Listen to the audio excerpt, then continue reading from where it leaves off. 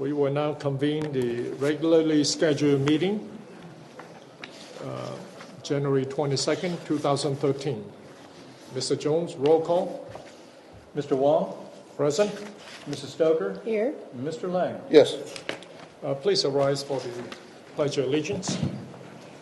I pledge allegiance to the flag of the United States of America and to the republic for which it stands, one nation, under God, indivisible, with liberty and justice for all.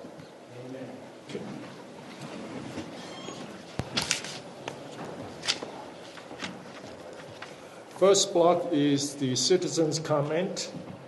We have Mr. Thomas Egert. Sign up. Please come forward. State your name and address for the record. You have 2 minutes. My name is Thomas Egert. I live at 7672 Weathersfield Drive. Thank you for allowing me to speak tonight. I'm here to report on a commercial construction threat that still looms over the Weathersfield area. It is now going on 4 months since the Westchester residents began their struggle against Silverman and Kroger.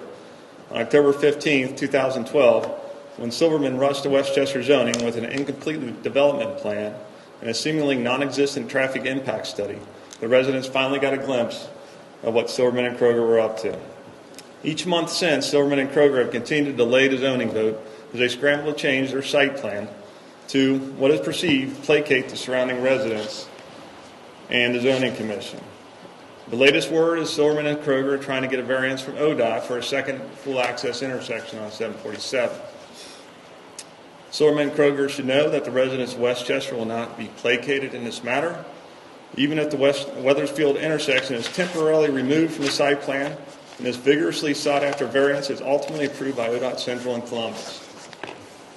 As Silverman and Kroger continue to play the zoning game, we, the affected residents of Westchester, can do nothing more than wait.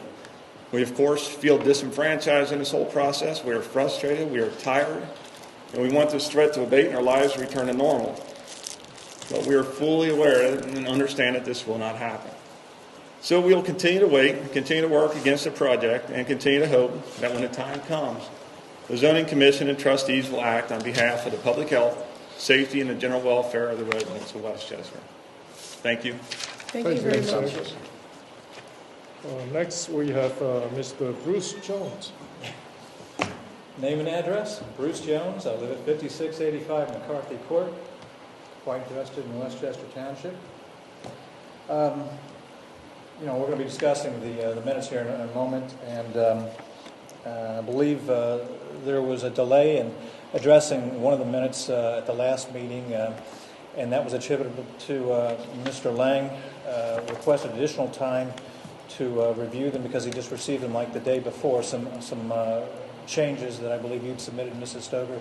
Yeah, I sent them out on the Sunday, the weekend before. Correct, to that effect. And you added to that Mr. Jones made some changes this afternoon to the minutes, and the fact of the matter is actually a member of staff had submitted changes to me. I accommodated her and forwarded the changes to you. So those changes last minute were not of my, I did not originate them. I wouldn't do that to you. But I just wanted to accommodate her, and they were not really substantive anyway. So I wanted to correct the record to let you know that it wasn't I who delayed that. Secondly, I noted that in the past when we've had discussion about the minutes, they're my minutes, but I'm not party to that discussion, and just wanted to see if perhaps we could change that such that in this one part of the meeting agenda, if there are discussion about the minutes, that I could participate in that discussion. I think there was some confusion and adversity created last year needlessly that perhaps if I could contribute to the discussion might be helpful. And I just wanted to put that out for consideration. Thank you. I think in the past we've called on you if we felt we needed your input during them. I don't have a problem with that. Well, I think if during the discussion of the minutes, if the majority of the board wants to get your input, ask for it, as we have in the past, What do you think, Mr. Wong? I think it was a good idea what we did before. If there is an issue, you call me, we met one-to-one discussion. We've had one-on-one discussions and that I've initiated rather. And I think, and all I'm suggesting now is that I be able to initiate contributions during the discussion as opposed to waiting for a parliamentary procedure and to have two people to approve my participation and inclusion in the discussion of my minutes. That's all I'm asking for. I think that's you fair. Mean discussion outside the meeting here? No, I mean during the meeting. Or during You the would like meeting? to initiate to start discussions on topics. I just think that's fair. And I suggested if it's the will of the majority of the board, I don't see a problem, but just to pop up, I think that's not the way the board was designed, under law. It was. There's nothing in the law that really speaks to that. I don't have a problem if he has some input as it pertains to minutes. Maybe he could clarify a misunderstanding that we had, and he is the one that drafted them. I don't have a problem with it. I just don't want to get into a long argument. It's just a clarification. That's fine. Correct. I have no problem with that. I agree. Okay? Nothing in mind. Okay, let's move on. There's no presentation. Action items. So this December 4th meeting is just a few grammatical. We will correct it if we move on it tonight. I believe so. Okay. I will entertain a motion to approve trustee minutes for December 4th, 2012. I'll second. Discussion? Yes, I appreciated your adding the additional discussion, Mr. Lang. There was no intention on my part to misconstrue what you were saying. I appreciate the input you put. This particular discussion was the August 28th discussion that we had about the June 26th discussion. So it's kind of going back a few layers. I would just like to say in response to what you say here that on that June 26th meeting, which is the topic which keeps getting repeated meeting after meeting, we had a situation where it must have been close to 36 members, residents of our community came forward to give an opinion about the Eagle Ridge crosswalk. And each resident who spoke gave their opinion up or down on the crosswalk and also said why, which I thought was very informative. I thought it was good for us to hear both sides, not just if they said yes or no, but also as to why. Because I think it's important for us to know as representatives of our community. When the minutes for that meeting arrived before us, I was surprised to find out that 3 out of 4 of the people who spoke up in opposition to the crosswalk also had in the minutes included the reason why they did not support the crosswalk. For the minutes for those residents who spoke up in favor of the crosswalk, the percentage was flipped almost perfectly. 3/4 of the people who supported the crosswalk did not have the reasons why they supported the crosswalk, even though they had given them. They were not included in the minutes. So what I did was sit down and go step by step through the video to reintroduce in my changes to those meetings each person who spoke, what their reason was, so that no matter if they were for the crosswalk or against the crosswalk, in the minutes the reason why was reflected. It was my effort, which I think you misunderstood, because I know you want us to fairly represent every resident. I think we all do who comes in. And this was my way of making sure that every resident who spoke before us was equally treated in the minutes. And I think there's been a misunderstanding which has been just passed from meeting to meeting discussion. But I certainly am not trying to manipulate the minutes to present. I was just correcting the minutes so that each resident who spoke before us got a fair representation in the minutes. Okay. I just noticed You at don't times agree, you that's expand okay. on minutes and then times for accuracy, and at times you delete them for brevity, and you always do it to favor your position. Well, I was constantly adding, I thought for accuracy, and every single time I got people saying, you're just making them worse, you're adding, you're adding. So then I tried to cut them back for brevity, and, oh no, you can't take out that. So it's sort of, head you win, tails you lose. No, what is it? Head you win, tails you lose. Whatever it is, it certainly wasn't working. But I'm willing to keep on trying because I'm nothing if not persistent. Well, I'm But comfortable with the minutes we're approving this evening. I have no problems. Okay, let's move on. Okay, Do we roll have call, a, Ms. we have a motion? Do we need a Yes, roll call? we have a second. You second already. Any more discussion? Roll call, Mr. Jones. Mr. Wong, Yes. Mrs. Stoker, Yes. Mr. Lang. Yes. Item B, motion to approve, entertain a motion to approve trustee meeting minutes December 18, 2012. Also move. I'll second it. Discussion? Roll call? Mr. Wong, Yes. Mrs. Stoker, Yes. Mr. Lang. Yes. I will entertain a motion to approve trustee meeting minutes January 8, 2013. Also move with a minor non-substantive correction, which I brought to Mr. Jones' attention already. Okay? Very good. Roll call? Mr. Wong, Yes. Mrs. Stoker, Yes. Mr. Lang. Yes. Entertain a motion to approve payment of bills. So moved. I'll second. Discussion?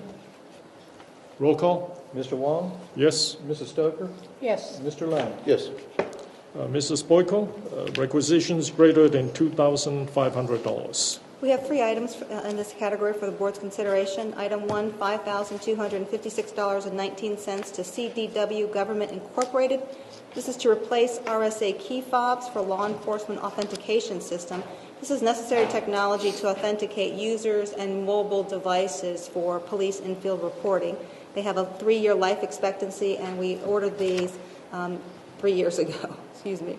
Item 2, fire, $4,503 to VFIS of Ohio. This is to maintain and continue and approve the 3rd installment of a 3-year plan for accident and sickness insurance policy subject to our firefighters and paramedics. This policy covers additionally anything that our medical insurance obviously does not cover, and specifically related to fire service, such as cosmetic disfigurement resulting from burns, accidental dismemberment, loss of vision. Item 3, police, $4,000 to OTARMA. This is to remit deductible for law enforcement liability coverage. A law enforcement matter was resolved requiring payment for deductible of the township's risk management coverage. Okay. I will entertain a motion for item 1, 2, 3. Also move. I'll second. Discussion? Roll call? Mr. Wong, Yes. Mrs. Stoker, Yes. Mr. Lang. Yes. Mrs. Boyko, personnel item.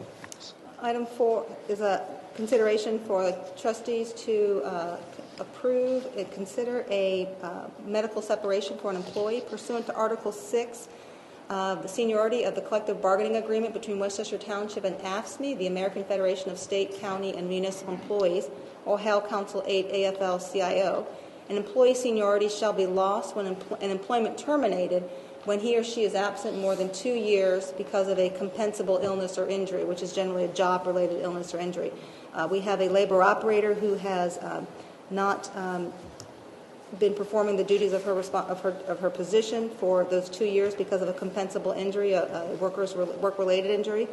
Therefore, consistent with the provisions of the collective bargaining unit and her inability to perform the requirements and duties of the position, we are requesting the board's consideration to medically separate effective February 5th, 2013. There's a sample motion at the bottom of your memorandum for your consideration. Okay. I will entertain a motion for item 4. Will someone read that? I'll make the motion that we release a contract employee for medical separation pursuant to the collective bargaining agreement. I'll second. Discussion? Roll call? Mr. Wong, Yes. Mrs. Stoker, Yes. Mr. Lang. Yes. Item 5. A motion not to object to a liquor permit ownership provision for Parlay Incorporated doing business as Gano Tavern, first floor and basement. at 10024 Cincinnati Dayton Road. This is what they consider to be a stock exchange. The current owner has achieved 100% ownership. Okay, I will entertain a motion for item 5. I'll make the motion that we not object. I'll second. Discussion? That's again Old Tavern. Roll call? Mr. Wong? Yes. Mrs. Stoker? Yes. Mr. Lang? Yes. Item 6. Generally, at this time of year, we bring for the board's consideration a resolution to participate in the Butler County Engineers Office paving program for the calendar year, and this is affirms the obligations of the township's authority and obligations of this partnership. The statutory resolution number was 01-2013, resolution affirming obligation for Westchester Township's share of the Butler County Engineers 2013 paving program. As part of the 2013 operational budget work session last Tuesday, we did present to you some potential roads within the township that are scheduled to be paved, either through slurry seal or asphalt paving, and a small section of the Westchester Safety Services Center's drive and area that will be chip sealed. Thank I'll you. entertain the motion for item 6. I make the motion that we approve statutory resolution 01-2013 affirming the obligation for Westchester Township share of Butler County Engineers 2013 paving program. I'll second that. Discussion? Roll call? Mr. Wong? Yes. Mrs. Stoker? Yes. Mr. Lang? Yes. Citizens' comment.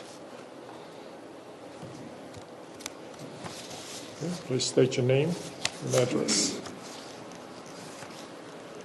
My name is Mark Welch. I live at 5879 Alness Drive and Beckett Ridge. I've lived there since 1990. I've been a business owner in Westchester since 2000. I own Bejan Salon and Spa. And I'm here tonight because I wanted to comment on the litigation between the township and Liberty Tax. Small business owners are inundated daily with expenses which are anticipated and unanticipated. And it's hard enough to stay in business year to year to year with just the things that you anticipate. To get into a legal fight with your township where you are providing jobs, you are providing income for people, you are hopefully actually improving the township. To me, for the township, over a zoning interpretation, to take action against a small independent business owner is egregious and irresponsible. I think about the gentleman who owns this business, Liberty Tax, and what he might be doing with this money that he's not spent, if he hadn't spent it in this legal issue. He could have hired more employees. Maybe he could have opened another location. And all of these things help business and they help the residents.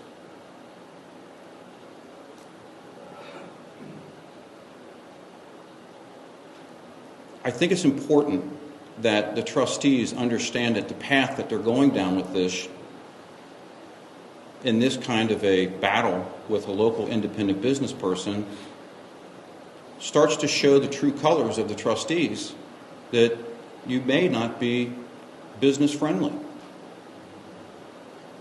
And it's important for the trustees in a township, I think, to encourage and welcome businesses into the township and to help them to thrive.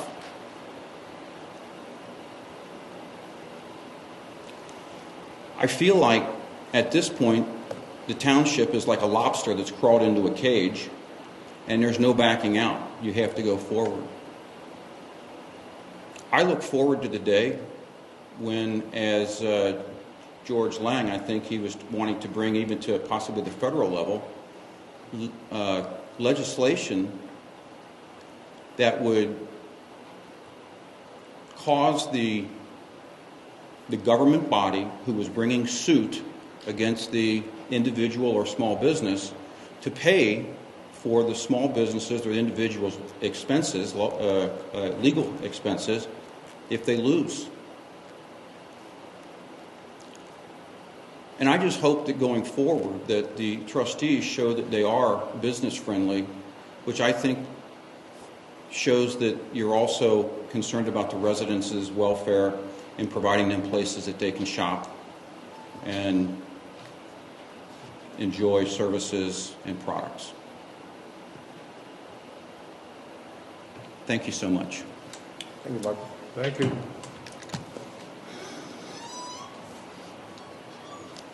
Is there anyone else? Okay, move on to discussion items and Is there any other trustee citizens? comments. Any other citizens' comments? I did You ask. already asked. Okay. You already I asked. saw some. Nobody did. Oh, I did but you ask. got to be fast here in Westchester. Sorry. That's okay. I'm here on behalf of the county auditor's office. And there's a few points of business they wanted me to bring to everybody's attention in Can you start with your Westchester. name and address for the record? Oh, I'm sorry, sure. Wendy Hart, and Hi, I Wendy. work at 130 High Street, 4th floor, Hamilton, Ohio. The ones I've done so far are a little more laid back. This is the first one with such formality, so I apologize. The one thing they want us to discuss is dog tags. For 2013, dog tags are now on sale for $14 through January 31st. After that, it will double to $28. You can purchase them at Ace Hardware on Cincinnati Dayton Road, Gravel Knolls Feed Barn on Cincinnati Dayton Road, Jericho Motor and Service on Regal Lane, Noah's Ark Animal Clinic, and Pet City Resort. They also want people to be aware of homestead exemption from now until June 3rd for those who are 65 or older, permanently or totally disabled, regardless of income. If you get your homestead, it will shield you from the first $25,000 of value on your home. So if you're eligible for this, they recommend you getting the homestead done on your home. They also want people to know about Board of Revision. If you disagree with the value you've had placed on your home, now through March 31st, you can fill out paperwork for them to reappraise your home. You still would have to pay your full tax bill, but if they find out that you are correct and they've overappraised your home, they will credit you that money. The last act of business are those who would like to have their home appraised for agricultural use rather than its true market value. It would have a filing fee of $25. It is for those people whose property would be totaling 10 acres or more for commercial animal or poultry husbandry, commercial production of field crops, tobacco, fruits, vegetables, qualified for payments or other compensation under a land requirement or conservation program. Land totaling less than 10 acres must produce an average yearly gross of at least $2,500 from the above mentioned activities. So if you feel that you would benefit from having your home appraised for its agricultural use, you would call our office and we would have your home reappraised. Did you have any questions? That's it. Thank you. Wendy, when are tax bills going out this year? They should, right now we're on the second piece of a 3-year cycle and they should be coming out within the next 3 months or so. If I am mistaken, I will call you back and give you the exact date. Okay. Just seems like we usually get them in February, don't we? Are we doing it in February? I'm not sure if a delay could be. We're changing our computer system for the entire county. W-2s have been affected, so I'm going to make an assumption that home values will be delayed in coming out. If I can get an exact date, I'll send that to you immediately. I'm not complaining. Matter of fact, you'd like us to slow it down? Absolutely. I'll see what I can do for you. Thanks, Wendy. We'll follow up with you, Mrs. Hart. Thank you. Is there anyone else? There's no one else. Let's move on to discussion items and trustee comments. Ms. Boyko? I just wanted to give a very, very brief overview of last Tuesday's work session. As the board is aware, you conducted your 2013 operational budget work session last Tuesday evening, where the township's primary funds, the general roads and maintenance, fire EMS, and the police funds were presented. The departments independently shared summaries of the 2012 bridge year strategies, operations and delivery of services, and notable expenses proposed for 2013. I just wanted to recap a couple of them. Based on the information presented at last week's work session, the board, townships and board's traditional practice of underestimating revenues and accounting for unforeseen or unanticipated expenses has allowed the township to remain within self-imposed budgetary constraints and also to achieve a carryover reserve that will allow us to continue to fund a sustainable infrastructure financial plan and also to cover expenses as revenues begin to continue to dwindle. The one thing I wanted to bring to the board's attention, as you are aware, but also wanted to reiterate, is that a comprehensive review of the police fund was presented and its financial outlook was discussed.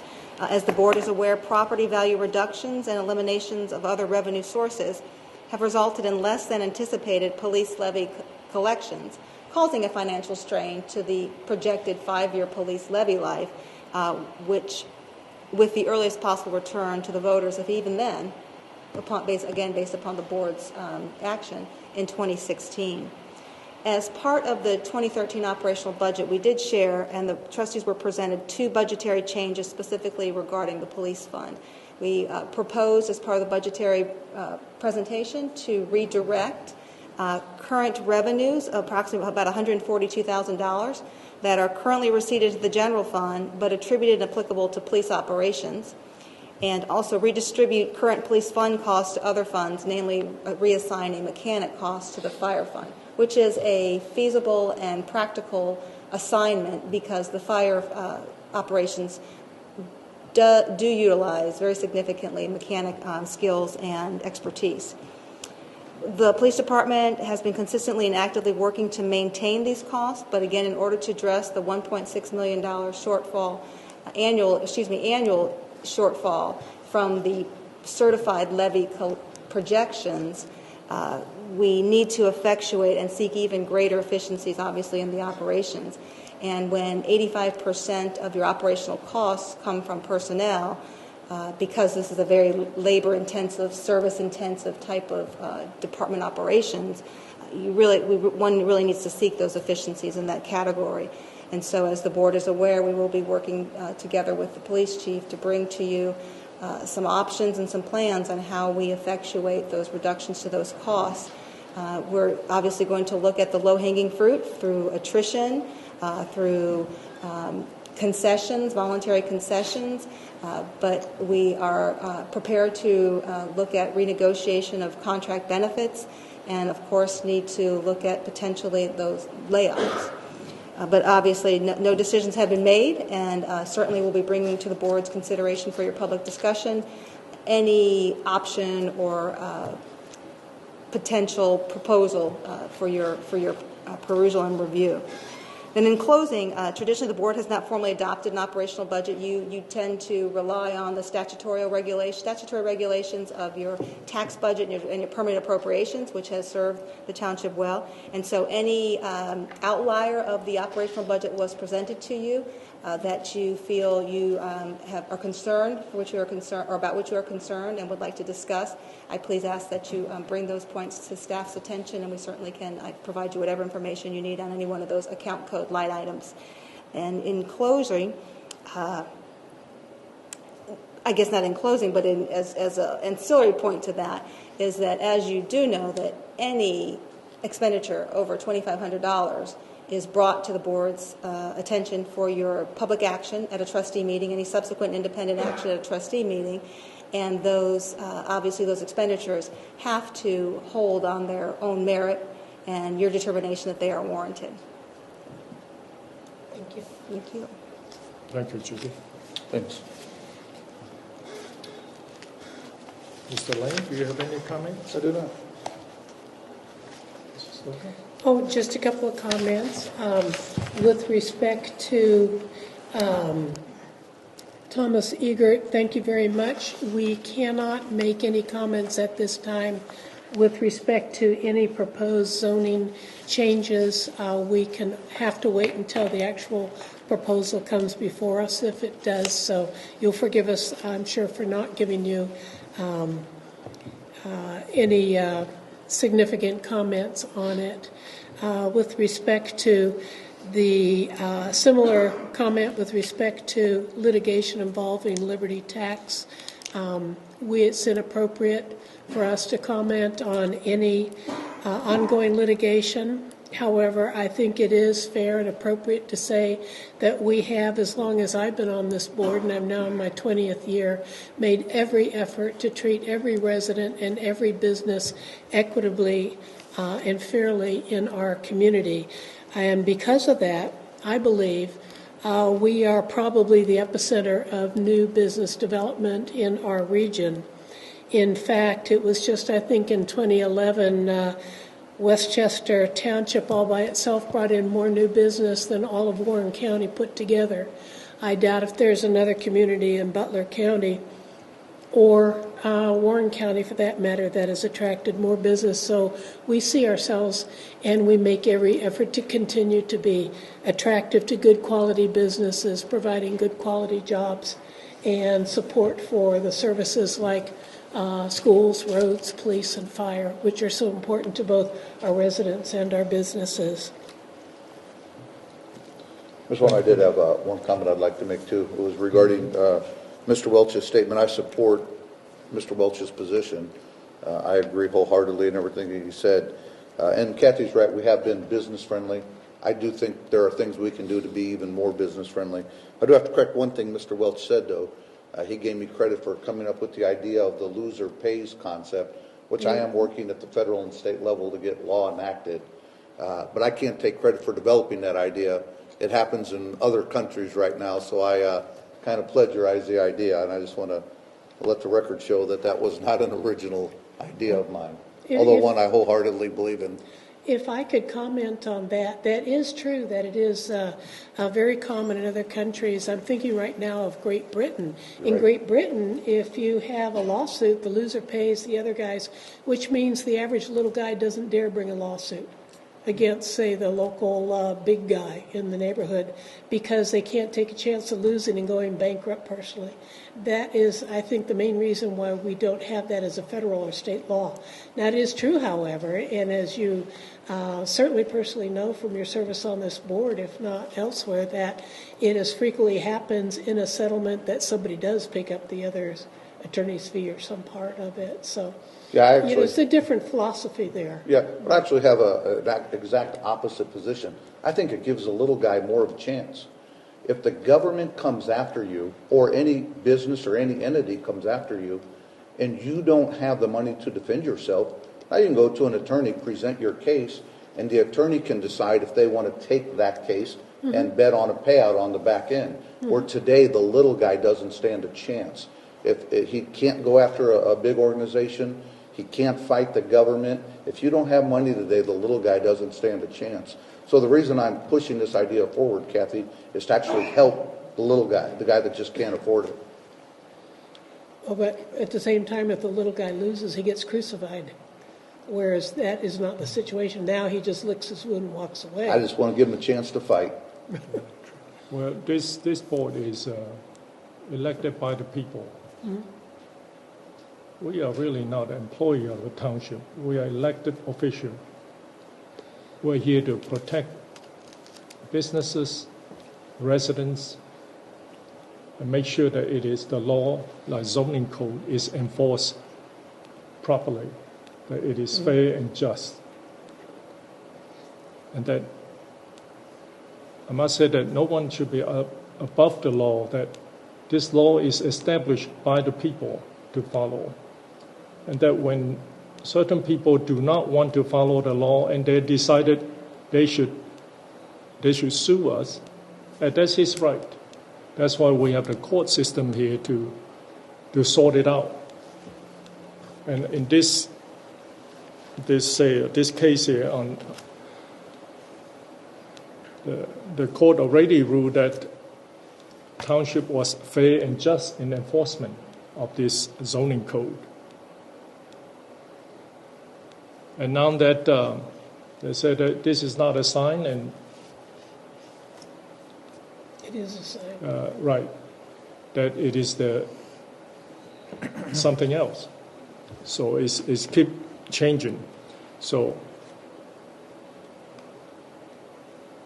I think that there's a lot of misconception or whatever reason it is, or politicize this for some personal reasons, or maybe We can't comment. right. I better leave it at that. I have a few comments to that. Could I add something on a lighter note, just for fun? In our audience, of course, we have our law director of many, many years, who is also, are you still chair of the board of Miami University? He is.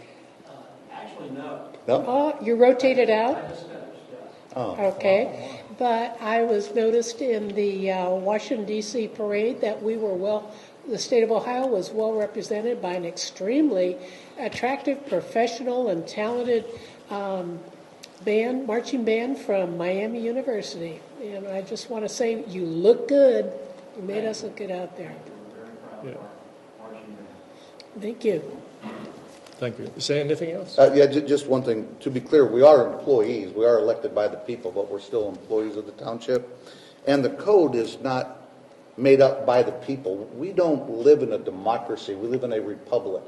So the three of us are ultimately responsible for the code. If the people don't like our decisions, they can elect us out. But the code, we own the code, not the people. It's a republic, not a democracy. Mr. Lane, you don't need to lecture me about the government here. It's not a lecture. Okay, this is the zoning code is created by the people that we It have was voted on. Our voted zoning on text was by the voted trustee. on initially. By the trustees. Right, Yes. but it was created by the people of this township. It was back How in the 1980s. many people here created the code? George, it was submitted to It was the submitted. ballot in the 1980s and Yes. passed overwhelmingly. When we make revisions to it, that goes through virtually a year-long process, which we're right in the middle of now, Yes. where by a committee of our residents, which we all put on there, they have open public hearings. It'll eventually come before us, more open public hearings. So I think a great deal of effort is put into ensuring that that code reflects what the majority of the people in this community want. At least that's the I would effort agree with we've that always. statement. But to be clear, we are responsible for the code. And if the people don't like it, if they want to change the code, they come to us. Or they go to the employees, other employees at Westchester, to lobby to make those changes. A citizen can't come in and say, I am one of the people. I don't like this code. I want to change this rule. It doesn't work that way. We have a Board of Appeals zoning code.